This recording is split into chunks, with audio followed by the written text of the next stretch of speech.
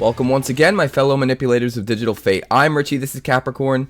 Today's video is the very last spoiler video I want to do for Duskmourn, and I know Duskmourn has already launched to the public and people are playing with it, but I did want to take a minute and talk about the brand new scheme cards that are coming in the Commander set for Duskmourn, because I actually think these cards are really interesting. For those of you who don't know, this is an Archenemy format where it pits one player against everybody else at the table, and the player that's by themselves gets to start with double life, and they also start with this deck of scheme cards, and you can get access to these scheme cards by buying the Commander product for Duskmourn.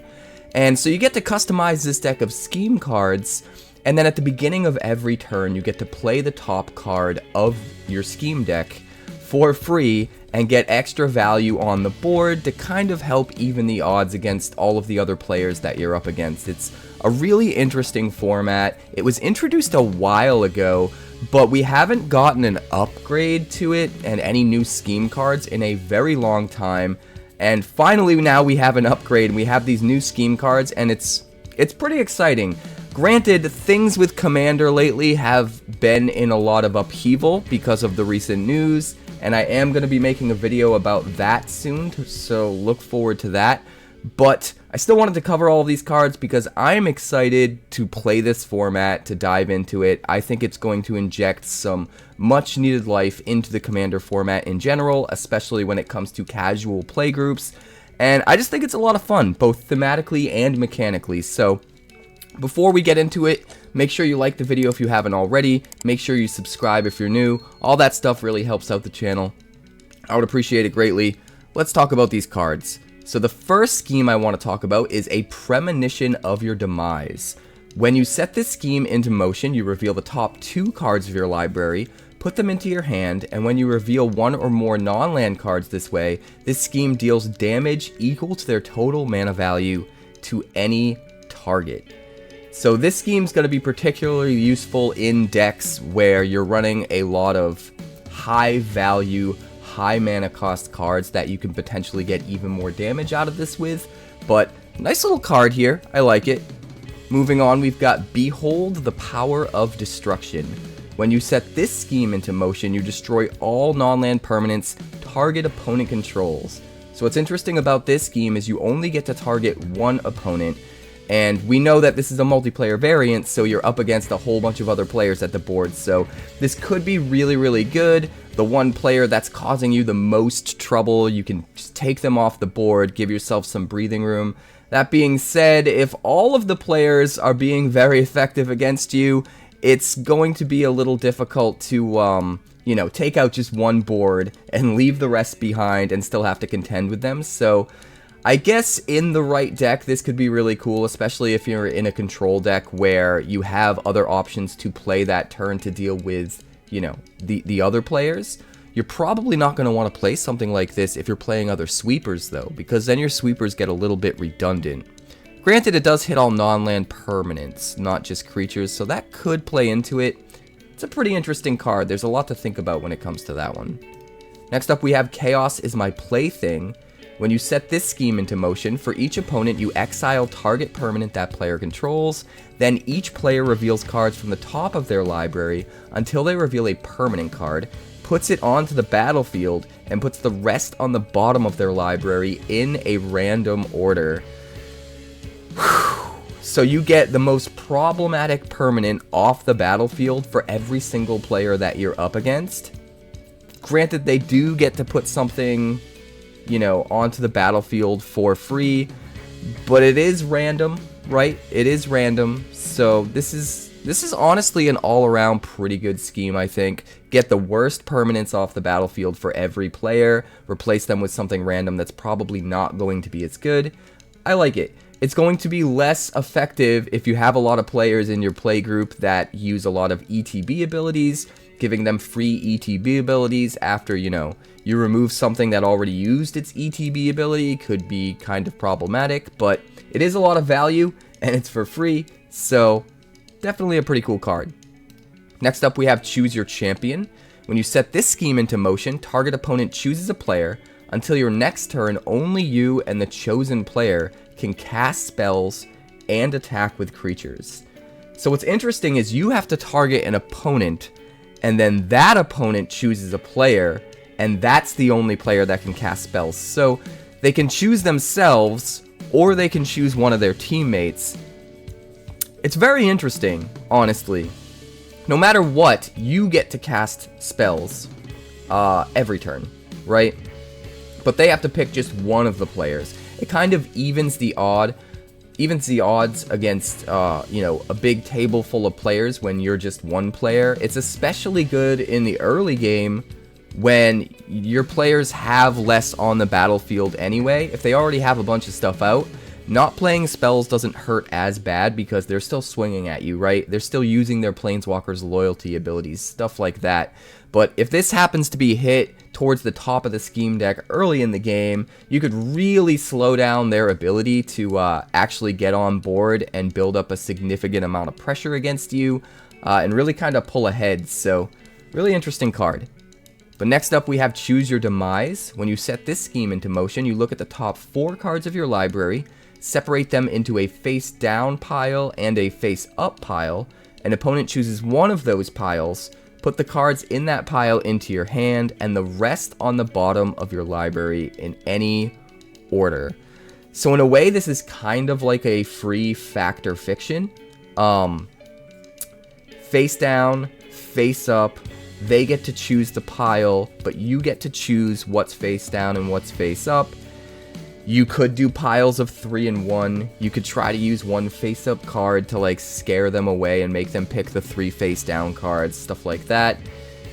Could be really interesting. You could also do a face-down card and 3 face-up cards and psych them out into thinking that, you know, you have something really crazy turned face-down and maybe they want to give you the 3 cards.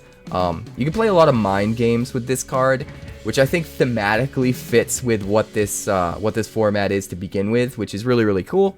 So I think, yeah, this is a fun card.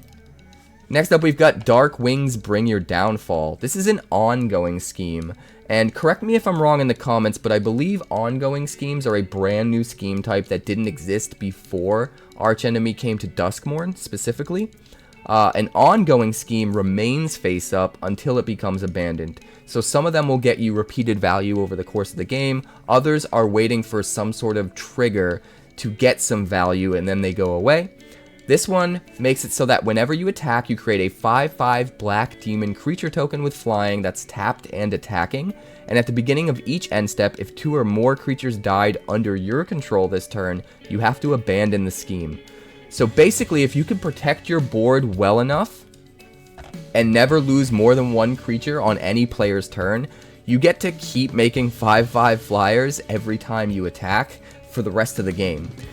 Really interesting build around. I think this is going to be especially good in commander decks that utilize ways to protect your board, ways to keep everything alive, or maybe even decks that use very few creatures, because if there's less creatures on the board to begin with, then there's less opportunities for them to kill those creatures, especially if the few creatures that you get down maybe have hexproof or ward or something like that. So some really interesting ways to build around this one. I really like it. I like the ongoing schemes in general, to be honest. Next up we have Fear My Authority, another ongoing scheme. Creatures you control get +2/+2 and have fear, which means they can't be blocked except by artifact creatures and or black creatures. Kind of perfect, thematically. At the beginning of your upkeep, you abandon the scheme unless you discard a card or pay 3 life. So you get to keep this constant buff and fear ability as long as you can keep discarding or paying life. If you're in a life gain commander deck, paying the life is super easy, so this is probably an auto include in decks like that. But also if you're in a deck that specifically wants stuff in the graveyard or wants to discard cards, if you're playing a lot of madness cards, anything like that, you could also make great use of this scheme. I really love how all of the schemes seem to be done in a way this time where they create opportunities for interesting build-arounds and for schemes to be better or worse in certain types of decks. It really makes customizing your scheme deck for your specific commander deck that much more important and more interesting. So, pretty cool. I like that. Next up, we have I Am Duskmourn. This is kind of like the scheme, right? I am Duskmourn. Another ongoing scheme. At the beginning of your end step, you may cast a spell from your hand without paying its mana cost. If you do, abandon this scheme. So this is really cool because you don't have to use it right away, right? If you end up top decking this on your first turn, you just set it in as an ongoing scheme, and then whenever you want, you can just use it at the beginning of your end step. So if you don't have a really big, nasty, bomby play, a Breach the Multiverse or an Atraxa or something crazy like that, you can just wait, right? You can just keep it around, and then on maybe like your 4th turn or something, you top deck, you know, the Breach the Multiverse. At the end of the turn, you get to cast it for free. So I think that's really interesting about it, that you don't specifically have to use it that turn, and I think that makes the power level go way, way up, and I think there are a lot of decks that would actually want to use this card.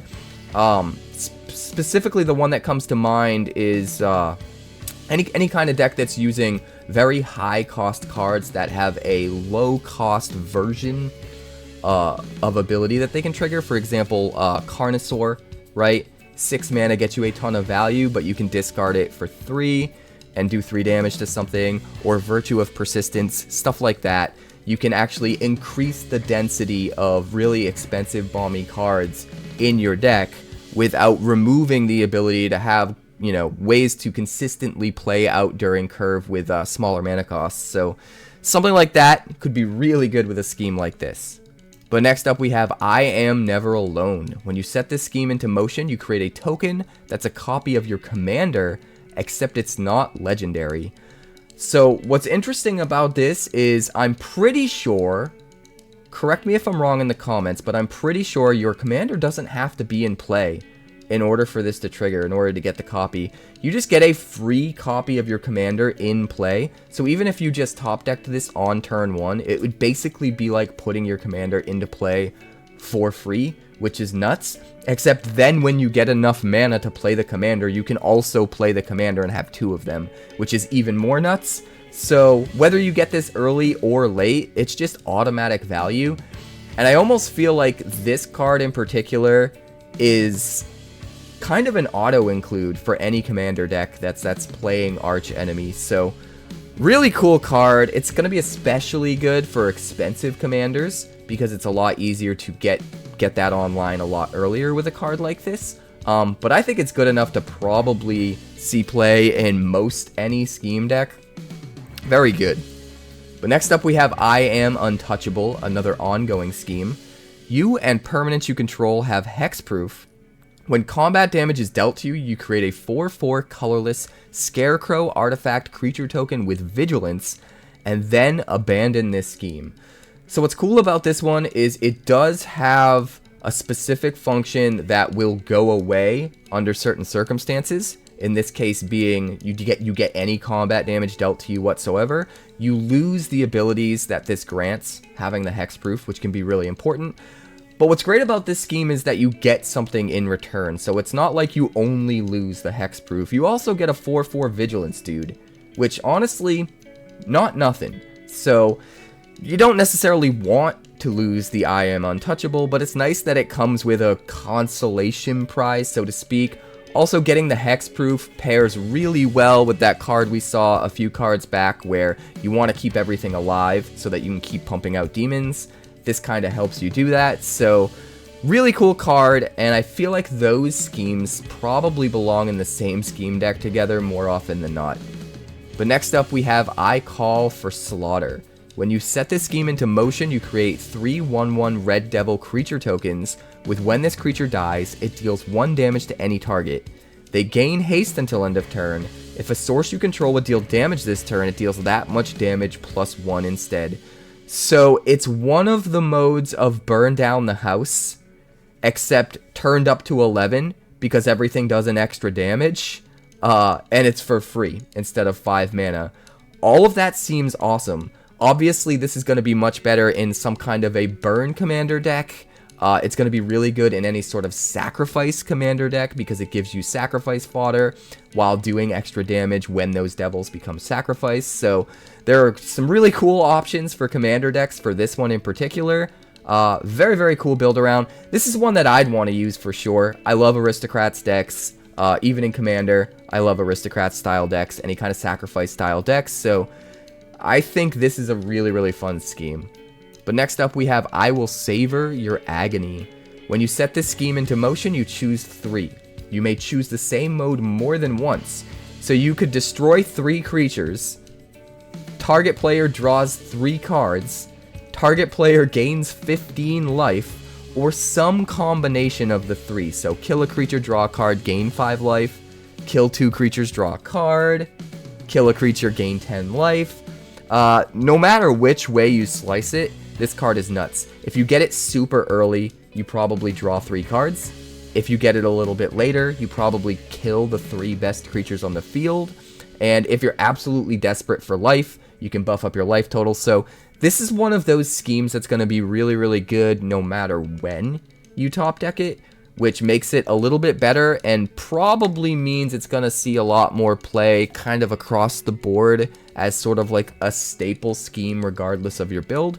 I think it's really good. But next up we have Kneel Before My Legions. When you set this scheme into motion, you choose 1. Create a 4/4 colorless Scarecrow artifact creature token with Vigilance. Or creatures you control get +3/+3 and Vigilance and Trample until end of turn.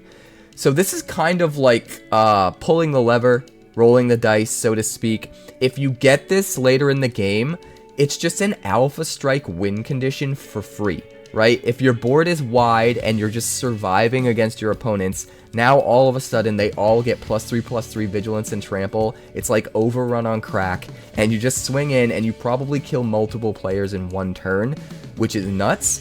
But I love that it has this other mode and gives you a 4/4 Vigilance Scarecrow if you're not ready for that, right? It means that you can add a card like this in that under the right circumstances later in the game is absolutely backbreaking and can just take opponents off the field by itself, but not at the expense of if you get it early, it's kind of do nothing. Like, you get some extra value, so it's got sort of a plan B built into it.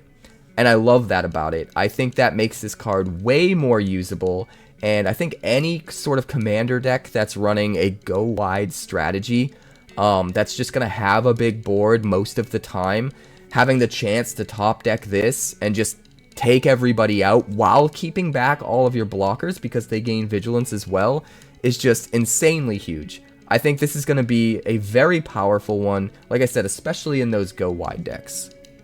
But next up we have Mine is the Only Truth. This is another ongoing scheme. Whenever a player casts a spell, you draw a card. At the beginning of your upkeep, if you drew a card last turn, you abandon this scheme. So,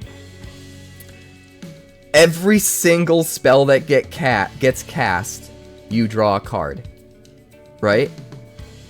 But the last player that goes before you, if you draw any cards during that player's turn, you have to abandon the scheme. So a really interesting way to get around that would be to play, I forget the name of the card. There's a blue card that just ends the turn, just outright ends the turn. The stack is gone. If you remember the name of that card, let me know in the comments. But if you just play that on the turn of whoever's going before you, before they have a chance to cast a spell, oh no, because you'll have to play that card. Right? You'll have to play that card. That'll count as playing a card, and then you'll draw a card. So that won't even work.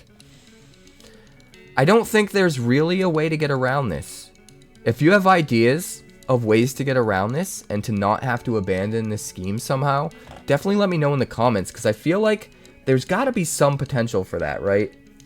There's got to be some potential for that, because why wouldn't they just word it differently and say, you know, just during your upkeep, abandon the scheme altogether? There has to be some way to avoid abandoning the scheme by not meeting that requirement. And I'm not sure what that is off the top of my head. But either way, even if you abandon this scheme, you get to draw a whole bunch of cards. You even draw cards when you cast a spell.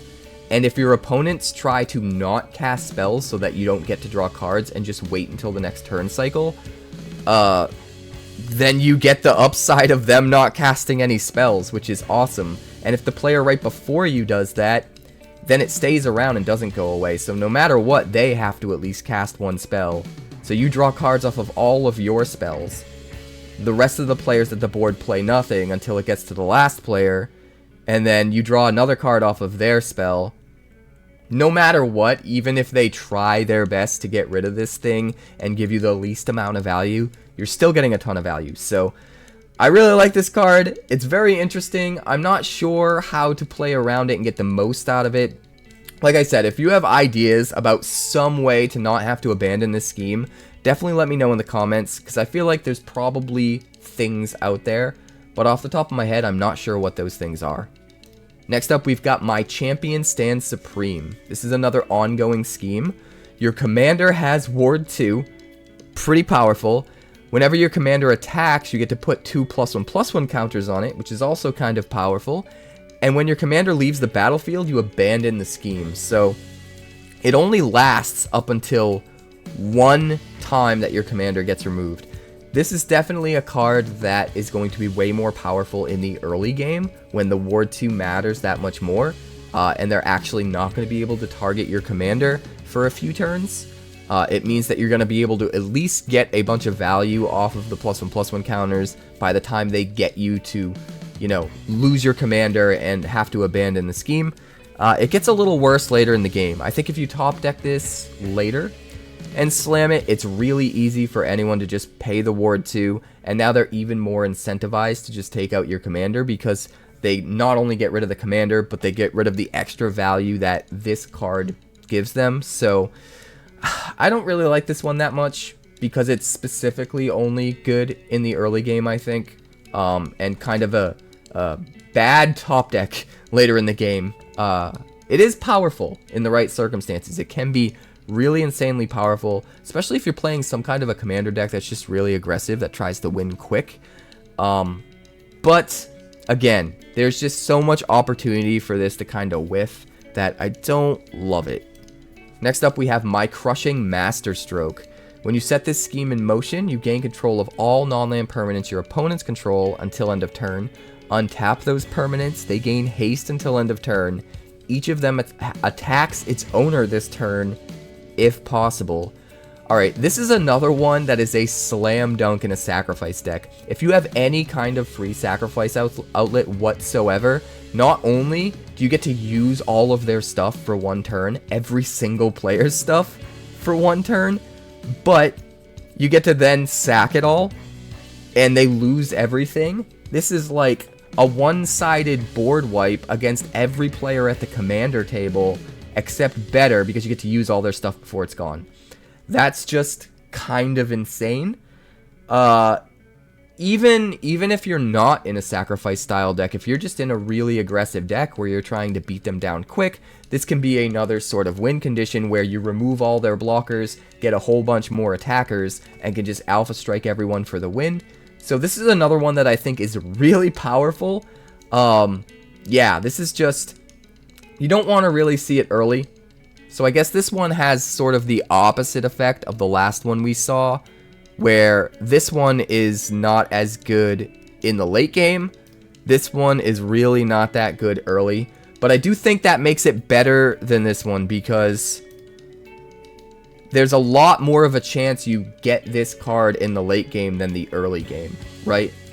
Because your scheme deck is 20 cards, I'm pretty sure, and you know, only a few of those cards are going to come early, and the rest of them are going to come, you know, later in the game. So I don't know, I feel like this is still really, really good in the right deck. It can just absolutely be backbreaking and win the game for you. Like I said, I think it's best in a sacrifice deck. Man, seeing all these schemes really makes me want to build some kind of a sacrifice deck with all of the best schemes for that. Next up, we have My Followers Ascend. When you set this scheme in motion, put 5 +1/+1 counters on a creature you control. It gains flying and vigilance until end of turn. If you control no creatures, instead create a 4/4 colorless scarecrow artifact creature token with vigilance. So this is another one that has a plan B, where if you don't have any creatures out and it would normally whiff, at least you get a 4/4 vigilance guy, which is really nice. But if you do have creatures out, your best one gets buffed up +4/+4, or sorry, +5/+5 forever, and temporarily gains flying and vigilance, which means no matter what, you get to swing in the air, do some damage to an opponent that turn, and then because of the vigilance, not give up your ability to block with that creature, which is now a much bigger blocker. Pretty cool card. Not as game-breaking as some of the powerful abilities we've seen already, but still very, very solid, especially in a deck that has combat damage triggers. If you have anything that's triggering off dealing combat damage to your opponent, maybe you have an unstoppable slasher in your deck, stuff like that. Being able to give it the flying until end of turn is some nice extra value there. I like it. Next up, we have my Laughter Echoes, another ongoing scheme. Whenever you set a non-ongoing scheme into motion, you may abandon the scheme. If you do, set that scheme into motion again. So, you give up a little bit of tempo early for value later. Instead of getting anything at all right now, you get nothing.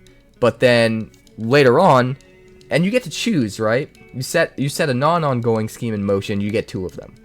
So, it doesn't even have to be the next one. You can wait until you get to a certain scheme card that you really want to double, and then pop this and double it. So, I think this is one of those cards that works really well in a very specific scheme deck that is tailored to fit a very specific commander deck, where you have certain combos in mind, and it allows you to set up combos with your scheme deck to go along with your combos with your normal deck.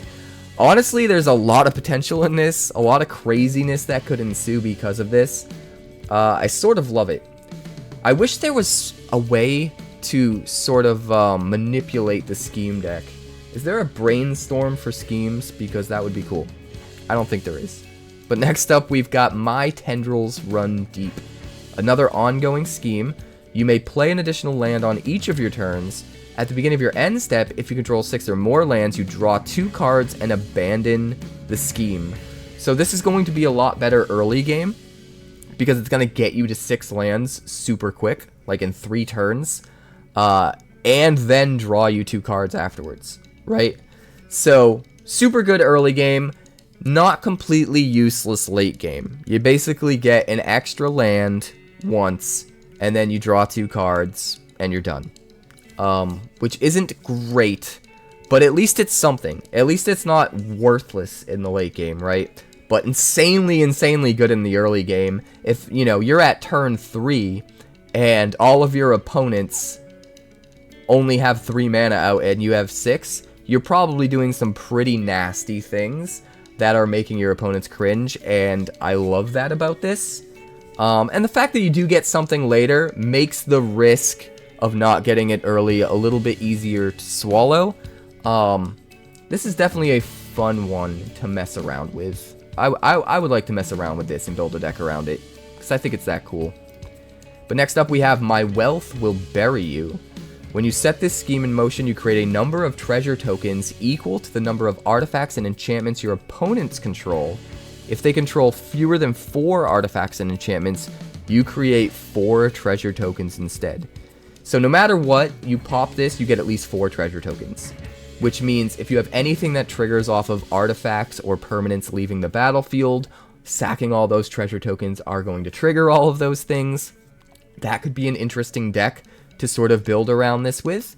But if any of your opponents are in any kind of an artifact or enchantment heavy deck, this could pop for way more. This could get you like 15 treasure tokens out of nowhere. And then if you're sacking them and getting sack triggers for all of that, not only are you getting like 15 sack triggers, but you're getting 15 extra mana to just vomit your whole hand out. You can go completely off. So this is really good. I think this is a way to almost include artifact and enchantment hate in your deck without necessarily being a dead card if you're not up against artifact or enchantment decks. Clearly, my face is tired. I need some coffee. Let's fix that. Nectar of the Gods. Glorious nectar of the gods. Where were we? My will is irresistible. When you set this scheme in motion, choose up to 3 non-land permanents you don't control. Target opponent chooses one of those permanents, you gain control of the rest. Honestly, super powerful. Getting to gain control of the second and third best permanent on the battlefield for free is kind of nuts. But what's really cool about this card is it also messes with the psychology of the table, because you choose which opponent chooses which permanent you don't get. So you could take 3 permanents from one player and then choose a different player to decide which one stays. And most of the time, if you have a good team that's working together, it's not going to matter, because they're going to work together and they're going to decide on the outcome regardless. But sometimes you get to really pick at sort of the tumultuousness of the group, and maybe one guy thinks his stuff is better being kept because he's got some combo coming down the line, and the other guy thinks that it's not as important as the other stuff that's on the battlefield, and you can start to like kind of poke at them and get them to fight with each other, create a bunch of infighting, and maybe just stoke the flames there and get them to disagree on things and argue, and it could be absolutely glorious. So I think this card is really powerful on a mechanical level, but then the way that it works on a multiplayer board politically is also really, really interesting, creates a lot of opportunity for psychology to be at work, and I love that about this card. So on both sides, I kind of love the card, both the actual mechanical value of the card and then the psychological value in a group game. Awesome, awesome card. Just super good. But next up, we have My Wings and Fold All. When you set the scheme into motion, you choose one, draw 2 cards, or until end of turn, whenever you cast an instant or sorcery spell, copy it. You may choose new targets for the copy. Now, that second mode, don't be fooled. That second mode is the primary mode of this scheme. You definitely want to use this in a scheme deck for a commander deck that is doubling down on spell slinging, that has a whole bunch of instants and sorceries that they want to cast anyway, because that's the way their commander deck functions. And then that second mode lets them copy every single one if you get it at a point in the game where it's a little bit later and you actually have the ability to go off with a bunch of spells. So it would be really, really good in like a Storm deck or an Is It Spellslinger deck or something like that. But it's nice that you have the draw 2 cards here as a backup, because if you happen to top deck this thing early where you don't have a bunch of spells to get copies of and go off, you can at least draw 2 cards, and it's not completely dead, right? That alone is decent. Early in the game, when you're just trying to get set up, it's turn 1, turn 2, drawing 2 cards is plenty good, right? And then later in the game, when you have all of your spells ready to go, you end up top decking this, and you're just like, okay, I guess it's time. I guess it's time to go off, and you just start slinging all your spells and go absolutely insane with it. So in the right deck, I think this is really, really powerful. But again, it's nice that it has that sort of backup plan, so it's never going to be a dead card. Next up, we have No Secret is Hidden from Me. When you set this scheme in motion, you exile cards from the top of your library until you exile a non-land card. You may cast that card without paying its mana cost. Then if you control 6 or more lands, repeat this process once. So if you get this early, you get to free cast your Atraxa or your Atali or your Breach the Multiverse or whatever for free on like turn 1 or turn 2, which even though you only get to free cast one thing that early, that one thing means so much more and has such a bigger impact, so that's actually kind of cracked. But then the fact that once it does get a little bit later into the game, where you have multiple players able to have tons of mana to do multiple things on their turn, you sort of make up for that by having the ability to free cast 2 things instead of 1, once you're at 6 or more lands. So it's not completely dead later on. You get to free cast 2 things, 2 bomby things if you get this later on, but it's especially good in the early game, where even though you only get to free cast 1 thing, you're getting something insane super early. A turn 1 Atraxa off of this would just be kind of game over, right? Just seems super nutty to me, especially good in anything that's running a lot of cards that are expensive and bomby. So very good card for sure. Next up, we have Only I Know What Awaits. When you set the scheme into motion, for each card type among permanents your opponents control, you may put a permanent card of that type from your hand onto the battlefield. So, speaking of Atraxa with that last card, this is a card that perfectly pairs with Atraxa, because Atraxa wants you to go wide with as many different card types as possible anyway, so that you get to draw as much as possible when you play it. Whereas this wants you to have as many different card types as possible in your hand, just to enable the potential to be able to get something like that onto the battlefield for free. You do have to have this extra step, this extra hoop to jump through, where your opponents actually have to have that type of permanent on the battlefield in order to be able to put it down on the battlefield for free.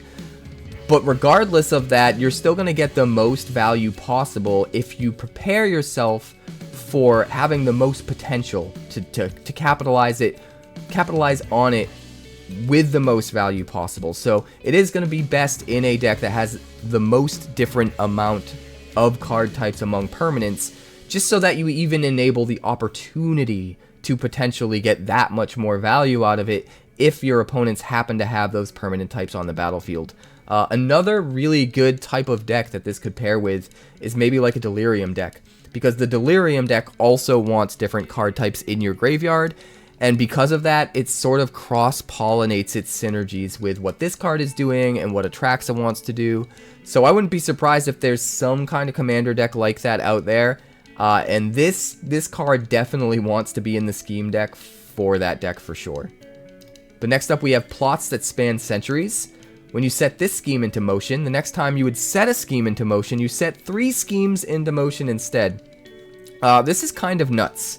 Now, you don't get to pick which, when you trigger this, right? It happens right away. You get the tempo loss immediately, because the turn that you top deck this, you're not getting anything of value onto the board.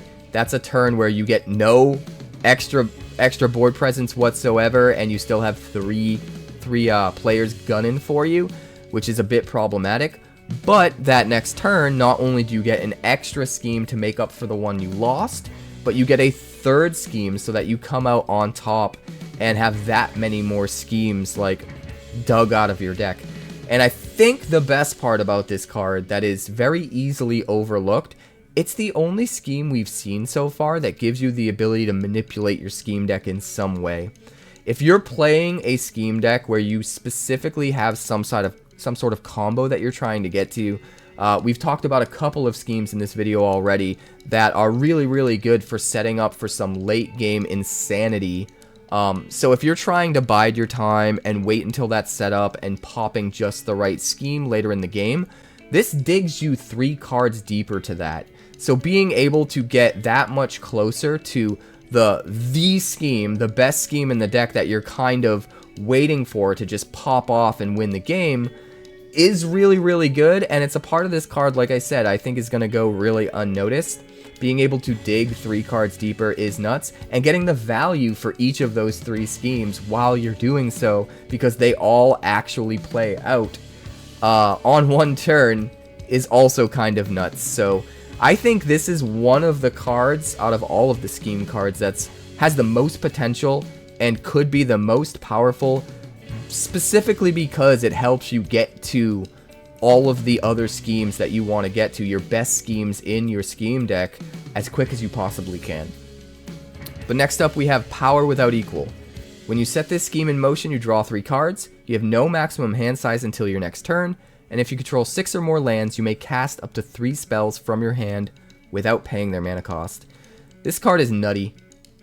You get this a little bit later in the game when you have 6 lands. You get to draw 3 and free cast your 3 best spells. That's just nuts. That's just absolutely nuts. And normally something that powerful would have like a risk reward factor where it has the ability to whiff, but this one doesn't. Even if you get this early, you just draw 3 cards, right? It's just a free Ancestral Recall. And I think that kind of makes up for the potential for this to like miss.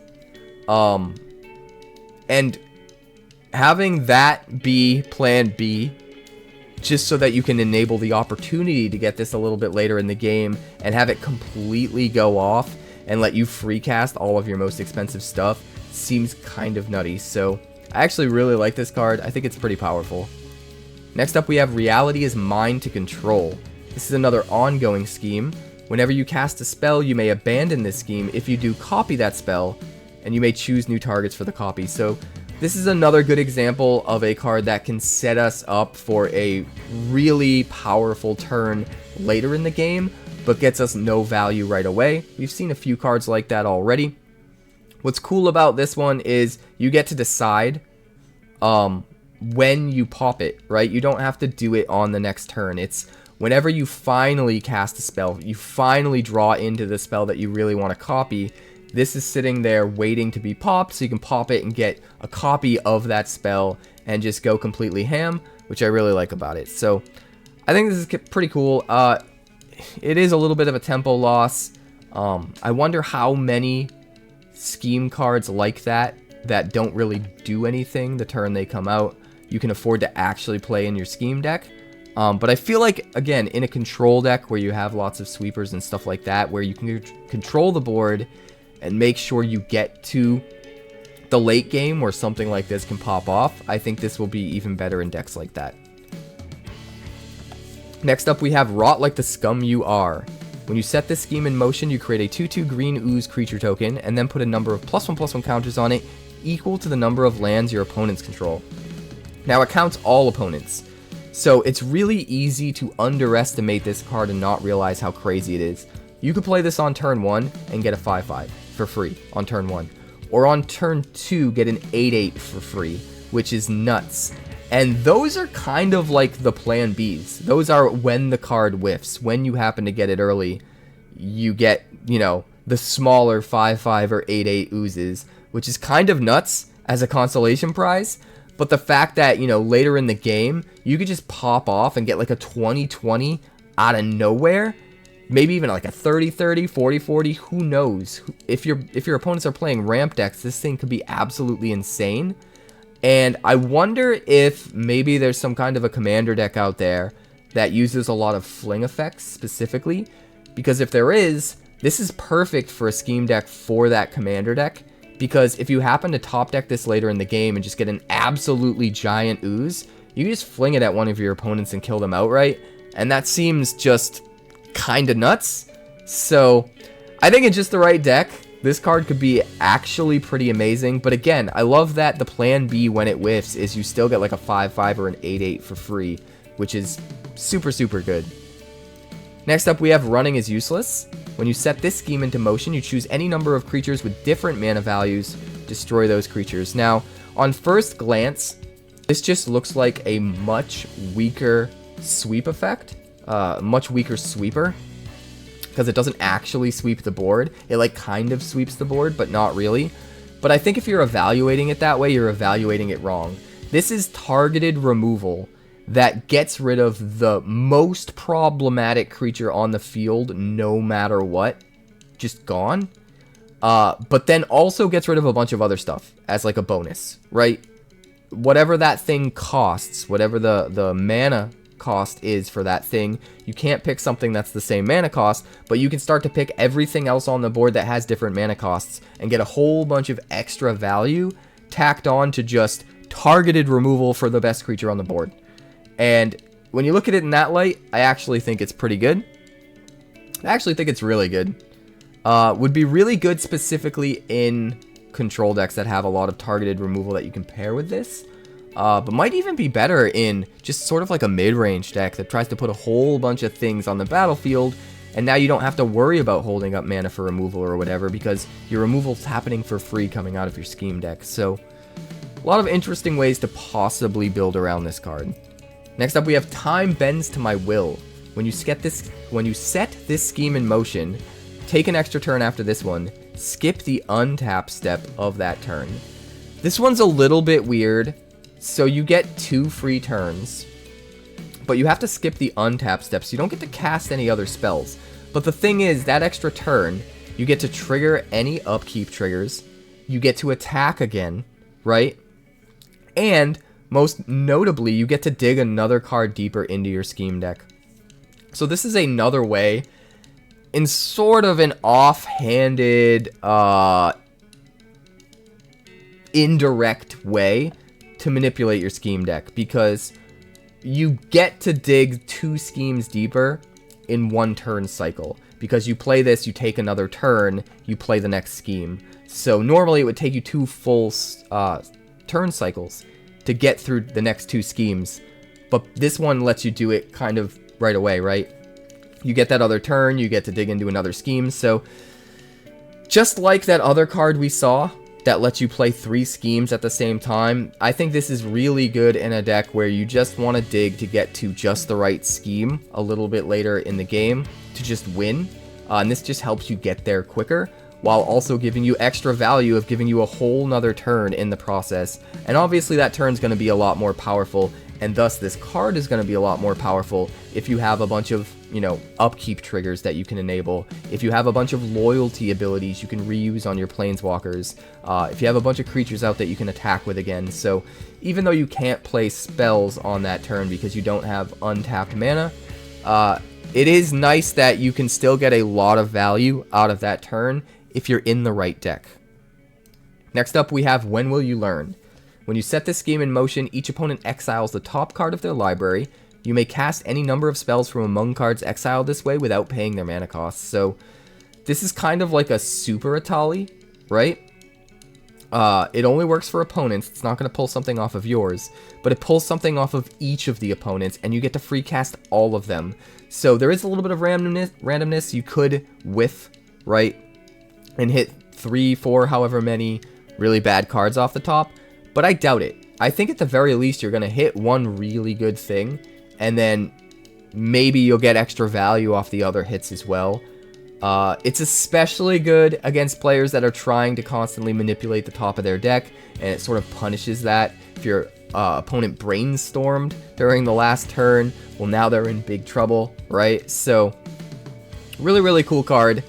I like how it works.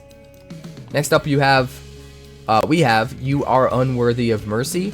When you set this scheme in motion, each opponent sacrifices a non-land permanent.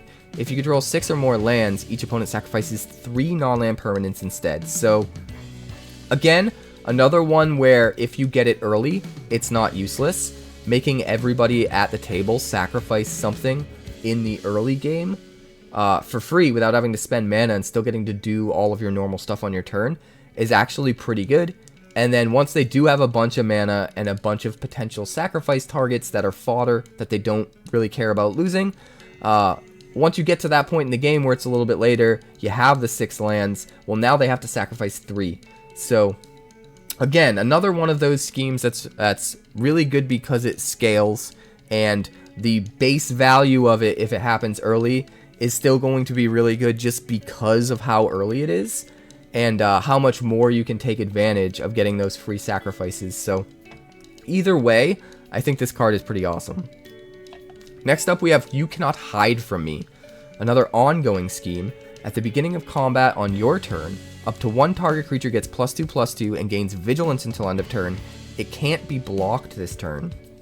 At the beginning of each opponent's end step, if that player has less than half of their starting life total, you have to abandon this scheme. So eventually this goes away. No matter what, eventually this goes away, right? The +2/+2 is kind of interesting, and vigilance. What's most interesting about this is it's an ongoing scheme, so you just get +2/+2 in vigilance every single turn, which means you have a good attacker every single turn. You have that much better of a blocker, you know, held back because of the vigilance every single turn. I don't think this is nearly as powerful as a lot of the schemes we've seen, but it's still a lot of value. And I think specifically it would be really interesting in some kind of a poison counter based deck, where you're not really trying to get their life total low, you're trying to kill them with poison counters. So maybe you're using creatures where you're swinging in for minimal amounts of damage, and so you don't have to worry about them getting to, you know, less than half, because you're more focused on handing out those poison counters. Just an idea. I'm not entirely sure how good that is, but it's a cool idea. Next up, we have You Exist Only to Amuse. When you set this scheme in motion, you choose 1. But if you control 6 or more lands, you choose both. You get to create 3 1/1 red devil creature tokens, with when this creature dies, it deals 1 damage to any target. And until your next turn, creatures your opponents control have base power and toughness 1/1 and lose all abilities. This is another card that's really insanely good in sacrifice decks, similar to the other card we saw that gives us 3 devils. Honestly, if you get this later in the game, it's kind of backbreaking. All of your ping damage is able to kill stuff now. And you can sacrifice the 3 red devils to just kill their 3 best creatures because they're all 1/1s, which just seems really, really awesome. But even if you only get to choose 1 because you don't have 6 lands yet, it's still pretty good. If you're playing a really aggressive deck, turning all of their creatures into 1/1 so you can swing in with almost no threat to your board state seems kind of bananas.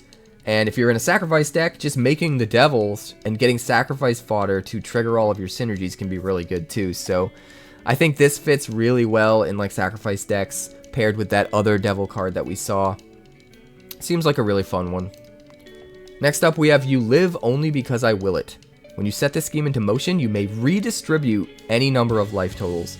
Now in this format you start with 40 if you're the Archenemy, and each opponent starts with 20. They don't have a shared life total. Let's get that out of the way. I heard some people talking online about how it's a shared life total. That's not the case. It's 20 life per player. To the best of my knowledge, what I've been reading up about the format, it's 20 life per player, except for the Archenemy starts with 40. And that makes this a little bit more interesting. If you're in a deck where you're constantly paying life and going low on life in order to get value, maybe you're playing like a Rowan deck or something like that, well now you're able to give your very low life total to another player. But you can also move around life totals between the players as well so that you can, you know, decide which player is the least threatening and give them the highest life total, that sort of thing, which is really interesting. It's also really cool to note that it's kind of a main deckable answer to life gain decks, where if at least one of your opponents is playing a life gain deck, this just gets better. If their life's up to 100 by the time you top deck this, now your life's 100, and their life is way, way low, so that maybe you can kill them before they start to build up all that extra life gain again. Seems really interesting. Again, this is another one I'd want to mess around with and figure out how to make it work the best. I feel like you really kind of need to see it in action to get the best insight onto exactly how to use it. But next up we have Your Mistake Is My Triumph.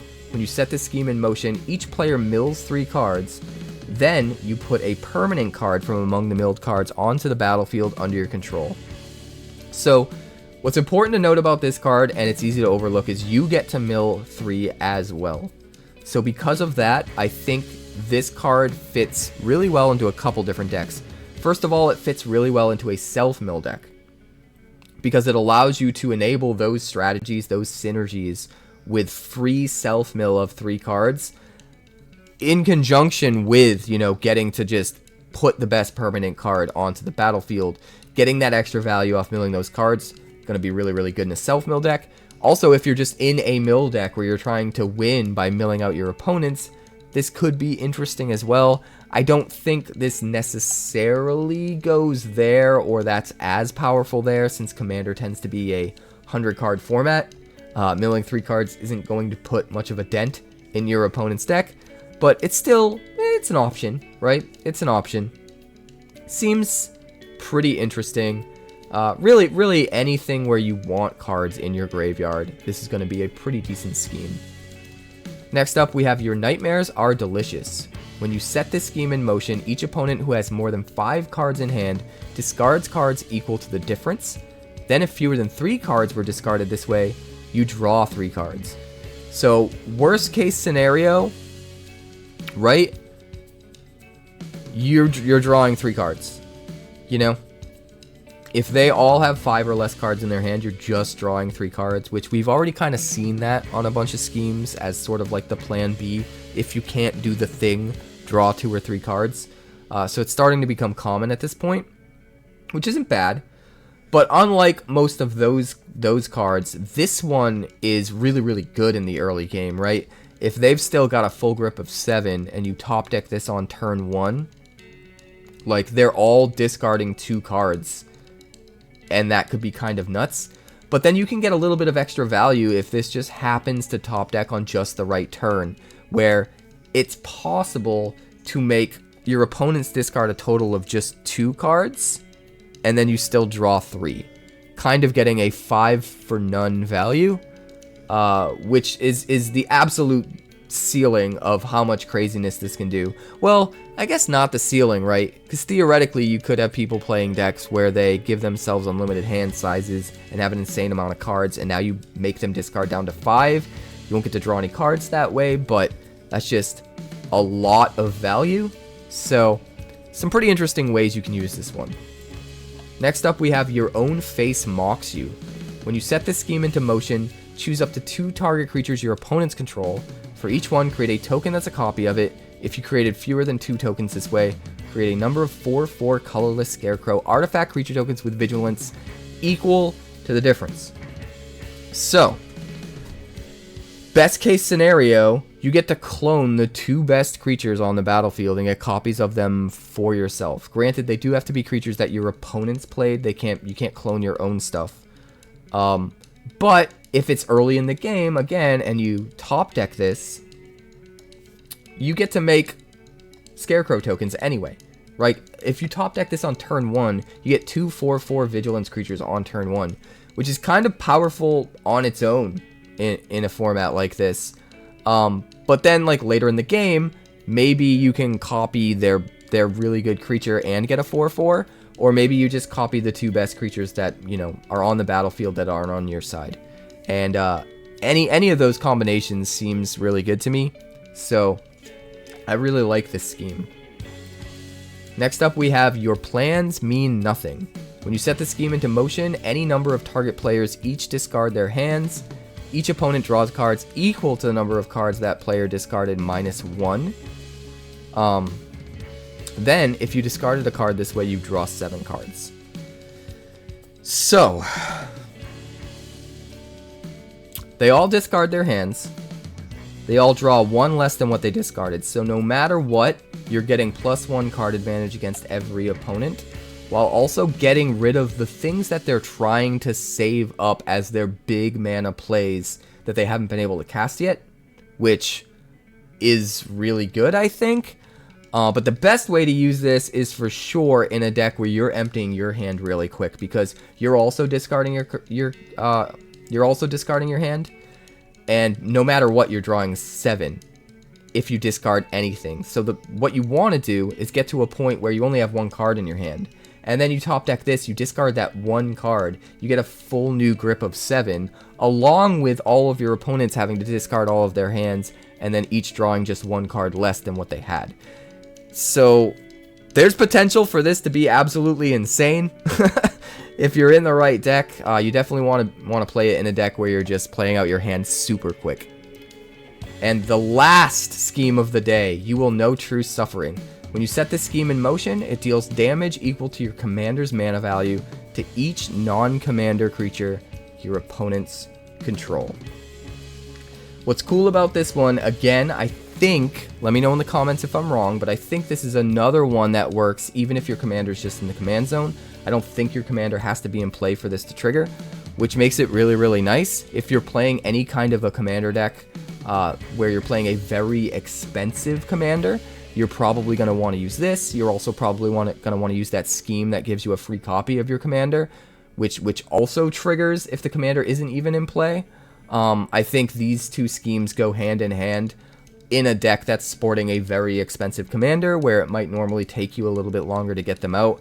You have a couple different ways here of getting some early value that's pretty insane, but getting a one-sided board wipe is kind of nuts. You got to remember, it's not just to each creature that isn't the commander, it's to each creature your opponents control, period. Well, each non-commander creature your opponents control, period. So it doesn't hit any of your creatures at all, and it hits every single one of their creatures except their commander, which can be really powerful as a one-sided board wipe that just completely gets all of your opponent's board off the table while you get to keep yours. I think that makes it really powerful. You do want to be in just the right deck. You know, you do want to have a really expensive commander, and there's only so many decks that can really make that work. But this is absolutely a scheme that's in contention to be in the scheme deck for a commander deck that's like that. And that's going to do it for today. Thank you guys so much for checking out the video. Honestly, pretty excited about this Archenemy format within Commander. It's kind of a bummer that we got a lot of news lately about how crazy Commander is right now, the bannings, the upheaval that's going on with the Commander format. And actually, I do have a video I'm working on right now that's on the way where I'm going to address all of the crazy drama and shenanigans that have been popping up online lately because of everything that's happening with Commander, with the bannings and with the committee quitting, and with, you know, Wizards taking Commander in-house, the rules for Commander, and making this 4-tiered system. All of that, it's coming. I have a video I'm working on, so look forward to that. Make sure you like the video if you haven't already. It does help the video get out to so many more people, which helps the channel grow. So I'd appreciate it greatly if you can just hit that like button. Also, if you're new here, make sure you subscribe so you never miss an upload. Tons of crazy content on the way. Tons of Duskmourn decks that I still have yet to get through. Some pretty crazy ones. So I'm really excited about that. And make sure to catch me live every Monday through Friday over on Twitch. That's twitch.tv/QuarantineCapricorn. Because I'm alive and I'm breathing. I'm there and I'm streaming. And I'm probably stuttering because I'm tired and I need more coffee. One coffee break was not enough. But the video's over, so I'm gonna go get some coffee, and I'll see you on the next one.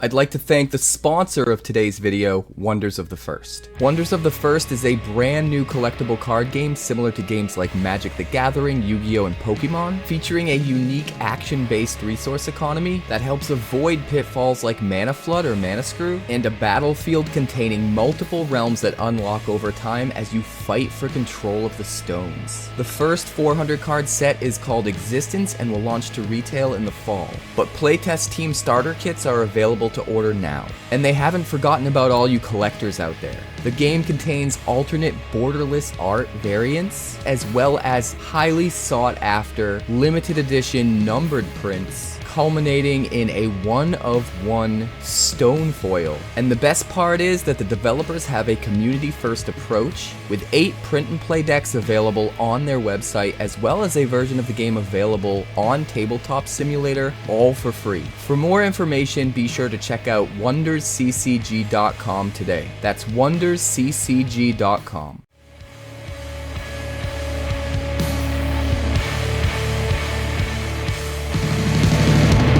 Thanks so much for checking out my channel. I'd like to give a huge shout out to all of my patrons over at Patreon. Without you guys, this channel would not be possible, so honestly, thank you from the bottom of my heart for all of your contributions. If you haven't yet, like and subscribe. The more likes we get and the quicker we get them, the bigger this channel will grow and the faster it will grow. I'd love nothing more than this channel to become something very special for you guys, but it's entirely up to you how fast that happens. Also, if you'd like more deck techs, that's somewhere over there. And if you'd like to see what else the channel's been up to lately, that's somewhere up that way. Also, subscribe, circle below, do all the things.